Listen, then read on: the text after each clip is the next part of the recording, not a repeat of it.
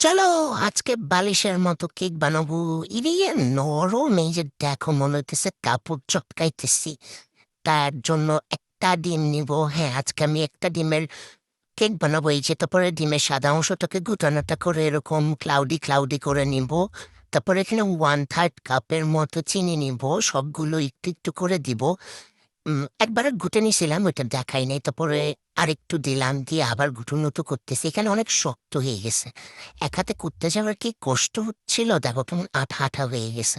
তোমার বাকি যত ছিল সব দিয়ে নিলাম, দিয়ে নেওয়ার পরে দেখো এখানে ঘুটানাটা করে এরকম একটা স্টিপ, কি বলে এটাকে, ডিমের সাদা অংশ হলো। তারপরে যেটা কুসুম উঠায় রাখছিলাম ওইটা দিয়ে নিলাম। তার মধ্যে কালো কালো যেটা দেখতে পাচ্ছ, এটা হলো কি বলে এসেন্স, ভ্যানিলা এসেন্স। হ্যাঁ, তারপরে এই যে এখানে 1/3 কাপ হলো আটা, না সরি, এটা ময়দা নিয়ে নিলাম।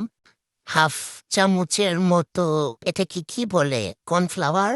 আর 1 চিমটির মতো বেকিং পাউডার দিয়ে এটাকে চেলে ওই সাদা যে টাইট চিপ পিছলা পিছলা অংশ বানায় রাখছিলাম সাদা ডিম দিয়ে, ওইটার মধ্যে কুটানোটা করে এই যে দেখো ঢালতেছি। যে বাটিটায় ঢালবো সেটার নিচে একটু তেল ব্রাশ করে নিয়ে ঢেলে এটাকে এরকম একটু ট্যাপ ট্যাপ করে বাড়ি মারবো। বাড়ি মারার পরে দেখো এই যে এখানে এটাকে কি বলে, এই কারি কুকারের মধ্যে, আল্লাহ এখানে কি হচ্ছে জানো, আমি স্ট্যান্ড না দিয়ে এটা রাখছিলাম, ওরে গরম হয়ে গেছে রাখতে না রাখতে। পরে যেটা একটা স্ট্যান্ডকে উল্টা করে দিয়ে এটাকে আবার ঢেকে দিলাম। ঢেকে দেওয়ার পরে এটার মধ্যে একটা ফুটা ছিল।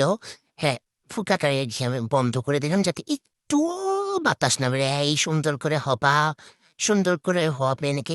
এই যে দেখো কত জিনিস জমছে, কে দেবে বা এগুলা কে দেবে, আরে ঝামেলা। এইদিকে দেখি হয়েছে কিনা, এই যে দেখছো ফুলে গেছে, কতটুকু দিছিলাম আর কত বড় হয়েছে, দেখি তো চেক করে হয়েছে কিনা। গোটা দিয়ে বিসমিল্লাহ আল্লাহ, ইয়ে ক্লিন বেরোছে, ক্লিন বেরোছে। আরেকটা দিয়ে দেখিয়েছে, ইয়ে হয়ে গেছে। ইয়ে ইয়ে ইয়ে সাকসেসফুল একটা ডিমের কেক।